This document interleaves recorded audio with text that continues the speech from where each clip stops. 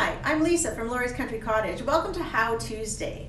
Today, you're going to learn how to make an easy chenille playmat.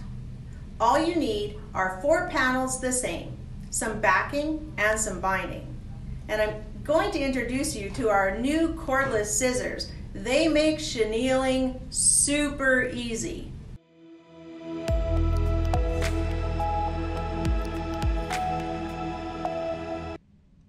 Here are the supplies you need to make the easy chenille playmat. You need 4 identical panels. For our sample, we've used Sloane the snail. You'll need a backing fabric and some binding. You'll want thread to match your backing. You'll need a walking foot for your sewing and a long ruler to draw your first diagonal line. And you'll either need the OLFA chenille cutter or use the cordless scissors as we did in our sample.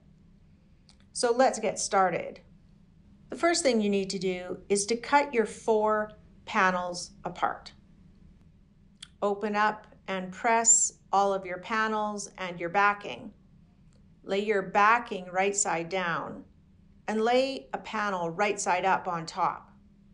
Cut them out the same size using the very outside of that panel. You're only cutting 1 panel the same size as the backing.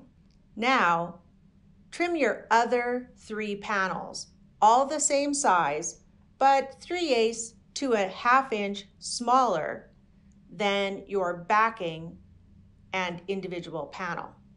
You'll see why we do this later. Now, lay your 3 smaller panels on top of your larger panel and backing.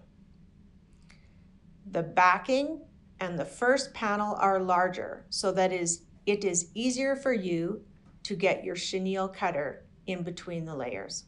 Now we want to spend a little bit of time stacking our panels so that they are all the same. Do this by inserting a pin through a design element in the panel. Match it up through all 4 panels. Pull the pin all the way through to the back, give it a little tug, and then you know that those 4 design elements are completely lined up. If you work around the outside of your panel, it gives a good foundation for working toward the center. So, pin your design elements through all 4 layers, and then use stick pins or safety pins to hold them together. Do this in several places throughout your panel. It doesn't need to be perfect, but it should be fairly close. Now, take your long ruler and draw a 45-degree angle line across the top of your top panel. Sharon started in the corner and worked her way across. I would suggest starting in the middle of your panel and then working left and right. The next step is to stitch on the lines. You have some choices. Sharon drew all of the lines on her playmat with a friction marker, and then she just needed to stitch on the line.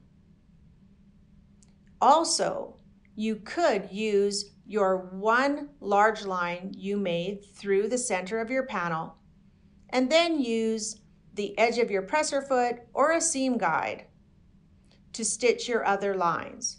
Your lines should be between 3/8 and 1/2 inch apart. Sharon stitched hers a 1/2 inch. Remember when you're stitching to stitch up 1 line and down the next, making sure to change directions so you don't pull your fabric out of shape. When you're done sewing all your lines, use your iron to erase any markings from the friction pen. Here is the example of all of the panels stitched together. Now Sharon's ready to cut in between those lines. You can use a chenille cutter. Slide the tip of the chenille cutter on top of the very base panel so that you're cutting through the top 3 panels. Remember, we've left the backing and the first panel larger, so it's easier for you to cut in between. If you have a hard time getting started, you can take a pair of scissors and just snip the beginning. Sharon used her chenille cutter for a couple rows, and then she used our electric cordless scissors for the rest. They are the cat's meow.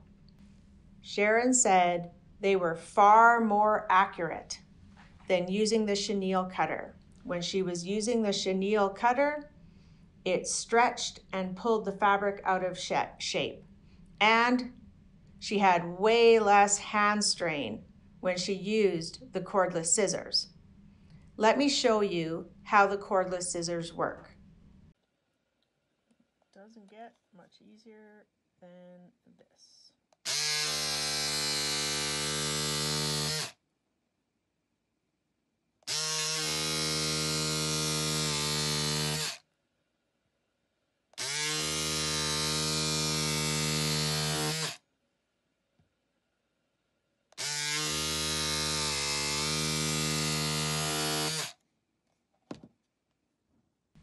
All right, now that all our cutting is done, we need to square up our playmat.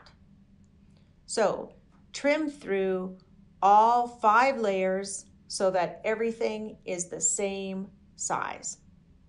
Now you attach your binding. Because it's a playmat, you might want to consider machine stitching instead of hand stitching your binding, but that's up to you. Sharon did machine stitch her binding. Once your binding is on, it's time to wash your playmat. Look how awesome it looks once the chenilling takes shape. Here is Sloane the snail, an easy chenille playmat. Thanks for joining me for How Tuesday. I hope you enjoyed learning how to chenille fabric.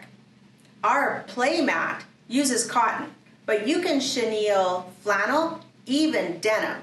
With those cordless scissors, you can cut through multiple layers so easily. My mom makes hot pads out of flannel. You could make a trivet. If I was using something that was going to be hot, I would use the insulated batting. You can also make floor mats or rugs. You could consider putting canvas on the back or adding extra stabilizer if you like. Whatever you decide to do, now you know how to chenille. Thanks for joining us for How Tuesday.